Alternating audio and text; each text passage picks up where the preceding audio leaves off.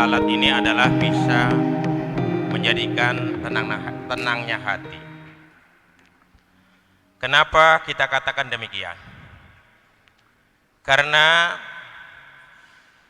diambil dari segi bahasa. Salat ini adalah ad-du'a. Salat adalah doa. Yang mana di dalam salat ini semuanya mengandung doa. Tapi menurut segi syariat, salat adalah mubtatahatun bitakbir wa muhtatamatun bitaslim. Salat itu adalah suatu tindakan, suatu perilaku yang kita laksanakan diawali dengan bacaan takbir dan diakhiri dengan salam. Itu baru dikatakan salat. Kadang-kadang zaman sekarang banyak sudah salat belum? Sudah. Karena saya di hati sudah ada kerentak untuk salat, ya sudah salat. Nah, ini yang keliru. Kenapa? Karena salat itu harus dengan suatu tindakan yang diawali dengan bacaan takbir dan diakhiri dengan bacaan salam. Maka dari itu salat ini bermacam-macam tingkatan. Ada tingkatan bahwa salat ini adalah hanya sekedar menunaikan suatu kewajiban, menggugurkan kewajiban. Ada. Artinya apa? Jadi sholatnya juga ya karena hanya sekedar menggugur kewajiban. Kadang-kadang ini baru jam berapa nih? Kayaknya ini cepet banget nih ini, udah duhur lagi. Nah, ini rasanya itu apa ya? Untuk sholat, melakukan sholat itu enggak ada rasa untuk cinta melaksanakan sholat. Tidak ada rasa kenikmatan untuk melakukan sholat. Ini ada. Ada juga sholat ini hanya menahan apa yang menjadikan perintah dari Allah, kemudian dia melaksanakannya, tapi ini dengan adanya suatu paksaan. Tapi yang sebaiknya kita melaksanakan sholat harus benar-benar kita tata dengan baik. Artinya apa? Kita tingkatkan dengan rasa cinta melaksanakan sholat. Sebab ada sholat juga yang karena merasa beban, berat, ya ada. Jadi gimana kalau merasa beban? Ya kecil aja kan, kalau beban itu juga berat. Apalagi besar. Karena berat, ya melaksanakan sholat ini ya dengan adanya suatu paksaan. Karena berat. Ini merasa beban, merasa terbebani.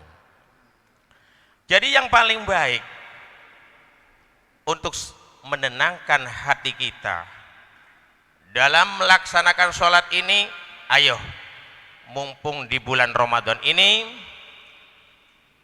kita harus punya rasa cinta melaksanakan sholat didasari dengan kenikmatan. Kalau rasa cinta, mungkin bapak-bapak ingat pada waktu zaman masih muda. Gimana kalau rasanya orang cinta itu? Walaupun hujan lebat, walaupun panas, karena cinta, ya tetap hadir. Tetap kita datang. Karena ada rasa cinta. Gitu. Ini bulan Ramadan ini, walaupun ini yang ada di sini, walaupun dengan lelah, dengan lesu, ini saya yakin, ini benar-benar dengan rasa cinta kepada Allah Subhanahu wa Ta'ala, dengan bukti kita datang untuk melaksanakan jamaah di Masjid Agung ini. Amin Allahumma amin. Karena rasa cinta, sholat bukan hanya menggugurkan kewajiban saja, tapi melaksanakan sholat sunnah-sunnah yang lainnya, baik sunnah qobliyah ba'diyah, ataupun juga bisa melaksanakan sholatul lail. Karena rasa cinta, jadi rasanya bangun malam hari juga, jam 2 bangun juga, karena merasakan nikmat cinta dengan melaksanakan sholat ini, maka bangun juga. Kalau malam bangun enggak Pak? Pak, malam bangun enggak? Bangun. Sahur tak? Membuang air kecil.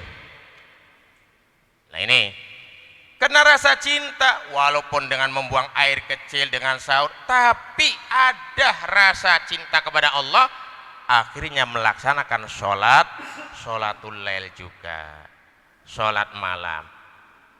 Yang semestinya kalau kita seumur kita ini yang ada di sini, dalam waktunya sholat ini juga bertambah.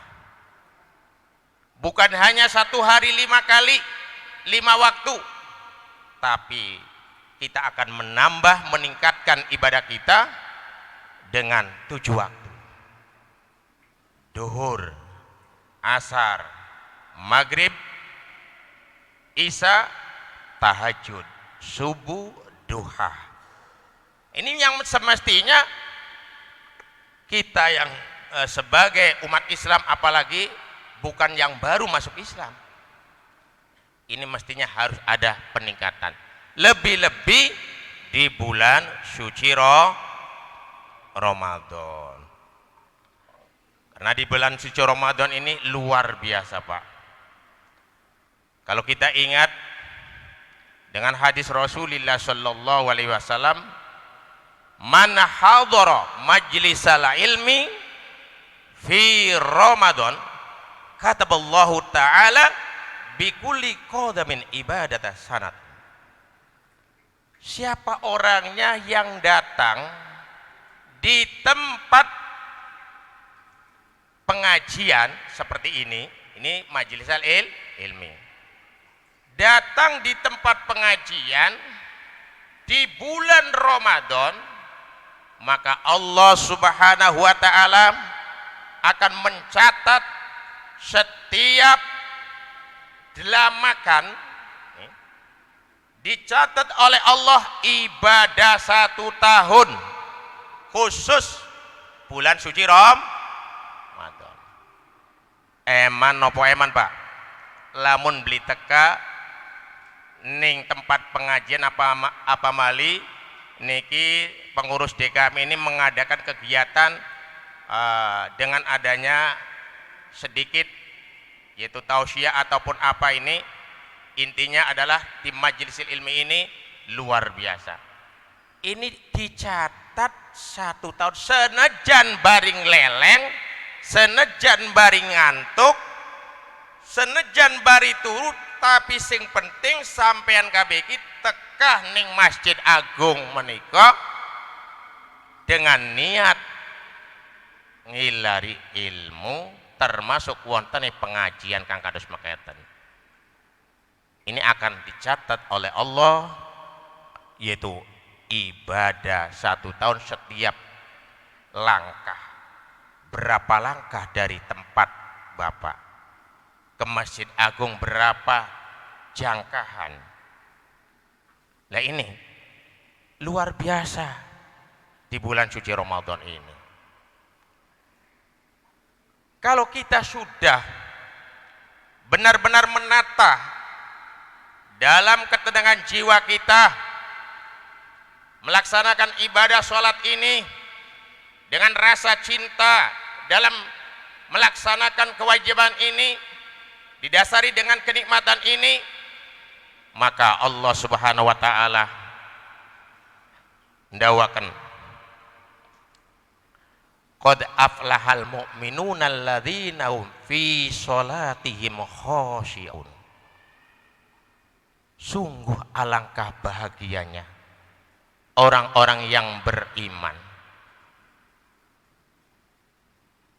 Siapa orang yang beriman? Orang-orang yang beriman yang mana di dalam sholatnya dengan kekhusyuan, dengan benar-benar khusyuk, kita menghadap kepada Allah Subhanahu wa ta'ala. Karena sholat ini kita itu berkomunikasi di hadapan Allah, langsung bertemu dengan Allah di hadapan Allah. Kita ingat doa iftitah, inni wazzahtu wajhiya lilladzi fataras samawati wal ard hanifan muslima wa ma ana minal musyrikin.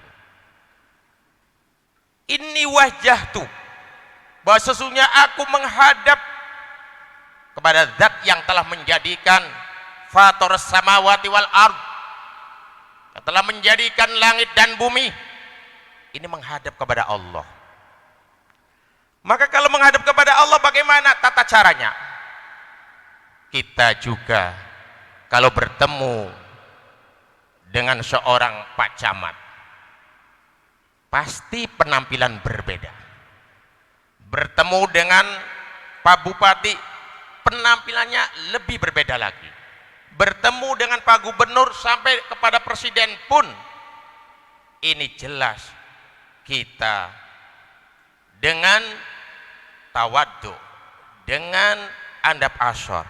Tapi sekarang banyak kadang-kadang banyak kita melaksanakan ibadah sholat, menghadap kepada Allah, berkomunikasi kepada Allah, masih banyak yang pakaian madu asal, yang penting menutupi aurat bahasanya.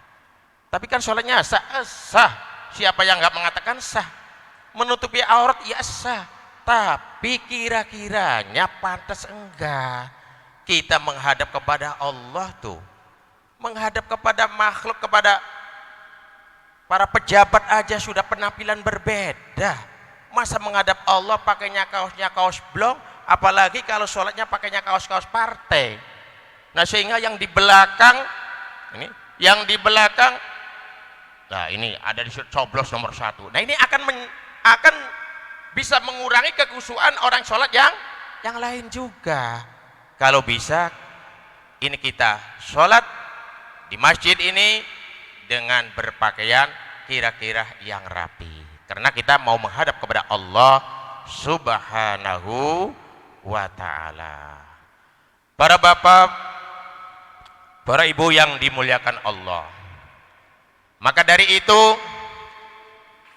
marilah kita tingkatkan ibadah kita ini. Karena yang tadi bahwa sholat ini adalah doa, yaitu doa tadi itu. Kita juga duduk di antara dua sujud dengan baca doa. Rabbi ghfirli warhamni wajburni warfa'ni warzuqni wahdini wa'afini wa'afu anni. Nah ini di dalam sholat itu juga ada. Rabbi du Allah igfir mugi ngapura panjenengan li dumateng kula, warham mugi panjenengan melasi ni dumateng kula, wajburni mugi panjenengan ngapus kesalahan-kesalahan ni dumateng kula, warfa mugi-mugi panjenengan ngangkat ni dumateng kula, warzuk mugi-mugi panjenengan rezekeni dumateng kula, wahdini mugi panjenengan nuduhaken dumateng kula, wa'afini wa'afu anni. Nah ini sholat adalah doa secara bahasa. Oleh karena itu kita ingat bahwa dengan adanya riwayat yang didaukan oleh Rasulullah sallallahu alaihi wasallam, pernah Rasulullah menemui seorang anak muda, yaitu di emper masjid, duduk dia dengan menangis. Pemuda ini menangis, kemudian ditanya oleh Rasulullah, ma yabkika ya syab, apa yang kamu tangisi wahai seorang pemuda? Kemudian orang pemuda ini menjawab bahwa, Kanjeng Nabi, ayahku meninggal dunia, Abi. Kanjeng Nabi, bapakku meninggal, tapi wala kapnun wala ghasilun, tapi tidak ada yang mengkafani, tidak ada yang memandikan, buru-buru disolati. Tidak ada yang mengkafani dan tidak ada yang memandikan.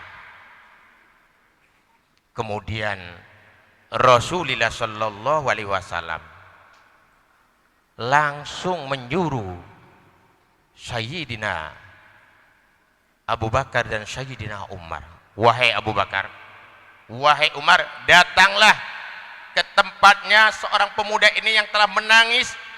Katanya bapaknya meninggal, tidak ada yang mengkafani dan tidak ada yang memandikan. Akhirnya Sayyidina Abu Bakar dan Sayyidina Umar datang ke tempat seorang pemuda itu. Setelah datang di rumah, tidak ada mayit di rumahnya seorang pemuda, tapi yang ada adalah babi hitam. Babi hitam. Akhirnya Sayyidina Abu Bakar dan Sayyidina Umar kembali laporan kepada Rasulullah sallallahu alaihi wasallam, wahai Kanjeng Nabi, tidak ada mayit Kanjeng Nabi, tapi adanya babi hitam. Nah, setelah itu Kanjeng Nabi langsung mendatangi, memang benar. Nah, ini gambarannya, ditanyakan kepada seorang pemuda, apa yang menjadi sebab bapakmu meninggal seperti ini? Dijawab oleh anak muda, Kanjeng Nabi, bapakku pada waktu hidupnya tidak melaksanakan sholat.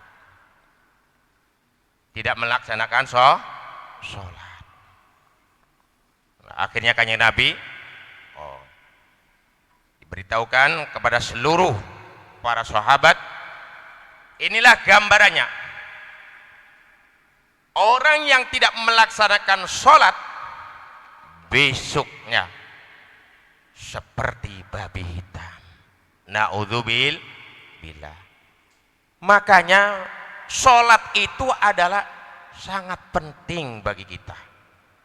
Sholat adalah merupakan barometer kehidupan. Sebab kata Rasulullah, awwalu ma yundaru fihi min amalil abdi yaumal qiyamah as-sholat. Idza wujidat tamatan kubilat minhu wasyairu amalihi. Wa idza wujidat naqisatan rudat alaihi wasyairu amalihi. Sholat ini sangat penting.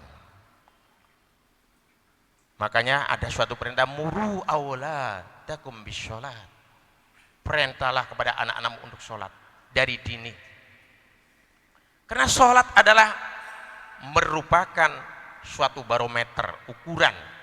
Sebab awal mulanya dalam suatu hisab pun yang akan diperlihatkan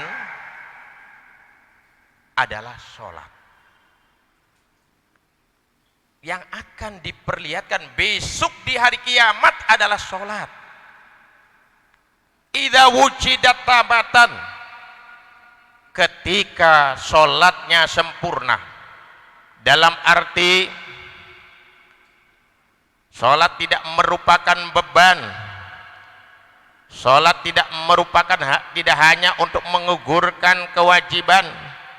Sholat tidak merupakan suatu kebutuhan, tapi benar-benar sholat adalah ini adalah nikmat, merupakan rasa cinta kepada Allah dengan didasari nikmat. Di samping kewajiban ada rasa nikmatnya. Ini baru kita. Karena apa? Karena sholat yang paling utama, yang bisa menentukan ini surga, ini neraka ini. Sebab apa? Sebab seandainya sholatnya sempurna dalam arti melaksanakan sesuai kewajiban 1 hari 5 waktu ini, insya Allah seluruh amal yang lain akan diterima di sisi Allah. Tapi sebaliknya, wa idza wujidat naqisotan, sholat sih sholat, kadang-kadang anak kiyang, anak beli kiyang, bakal wis lagi kiyang ya sholat, bawa beli kiyang beli sholat, ini naqisotan, berkurang, tidak sempurna melaksanakan sholatnya. Maka bagaimana? Ruddat alaihi wasairu amali, maka seluruh amalnya akan ditolak di sisi Allah Subhanahu wa ta'ala. Berarti jelas bahwa sholat adalah sebagai barometer, sebagai ukuran dalam kehidupan manusia yang akan mengantarkan hidup bahagia fid dini wad dunya wal akhirah. Karena tadi dibatasi 15 menit, ini kurang lebih sudah 15 menit Pak ya. Jadi sekali lagi kami simpulkan, mumpung di bulan Ramadan ini, ayo kita tata sholatnya dengan baik. Baik itu sholat sunnah-sunnah yang lain, sebab sholat sunnah ini juga akan bisa menambahkan yaitu pahala kita yang luar biasa. Kalau kita hanya sekedar menggugurkan, kita sholat sendirian, dengan melaksanakan sholat sendirian hanya 1 pahala, tapi kalau kita dengan kesunahan berjamaah maka nilainya adalah sampai 27 derajat. Nah ini luar biasa. Maka dari itu lebih-lebih di bulan Ramadan ini adalah akan lebih dari apa yang sebelum bulan Ramadan, dalam nilai-nilai derajatnya lebih dari itu. Oleh karena itu dari kami cukup sekian saja. Yang sebuah doanya yang langsung. Oleh karena itu apa yang telah kami sampaikan mudah-mudahan bermanfaat, khususnya bagi kita dan umumnya bagi para bapak yang hadir dalam majelis ini. Mudah-mudahan Allah Subhanahu wa taala mencatat kita itu adalah setiap langkah akan dicatat ibadah 1 tahun. Amin Allahumma amin. Bismillahirrahmanirrahim. Allahumma sholli ala sayyidina wa habibina wa syafi'ina wa karimina wa dhukrina wa maulana Muhammad wa sallim wa radallahu tabaraka wa ta'ala kulli syaratina sabir rasulillah ajma'in. Alhamdulillah rabbil alamin. Amin ya rabbal alamin. Hamdan na'imin hamdan syakirin hamdan yuafi ni'amahu yukafi majidah. Ya Rabbana lakal hamdu kama yanbaghi li jalali wajhi 'azimi sultanik. Allahumma shalli sholatan tunjina biha min jamil ahwali wal afat wa taqdilana biha jami'al hajat wa tutahhiruna biha min jami'i sayiat wa tarfa'una biha ila a'la darajat wa tuballighuna biha asal ghayat min jami'il khairat fil hayati wa ba'dal mamat. Allahumma ya nurun nur nawir qulubana bi nuri hidayatika man nawartal arda bi nuri syamsika abadan abadan bi rahmatika ya arhamar rahimin. Allahumma ya Allah sabbitna ya Allah fi jama'atina bil iman. Allahumma ya Allah sabbitna bil Islam. Allahumma ya Allah sabbitna bil ihsan. Allahumma ya Allah sabbitna ya Allah fi jama'atina bil istiqamah fil ibadah. Allahumma ij'alna ya Allah fi jama'ati fi akhir umrina bi husnil khatimah. Rabbana dzalamna anfusana wa illam taghfir lana wa tarhamna lanakunanna minal khasirin. Rabbana innaka antas samiul alim wa tub alaina innaka antat tawwabur rahim. Rabbana atina fid dunya hasanah wa fil akhirati hasanah wa qina adzabannar. Wa sallallahu ala sayyidina Muhammadin nabiyil ummi wa ala alihi wasallam. Subhana rabbika rabbil izzati amma yasifun. Wassalamun al mursalin walhamdulillahi rabbil alamin. Al-Fatihah. A'udzu billahi minasyaitonir rajim. Bismillahirrahmanirrahim. Alhamdulillahi rabbil alamin. Ya namu ya nasta'in syurata. Assalamualaikum warahmatullahi wabarakatuh.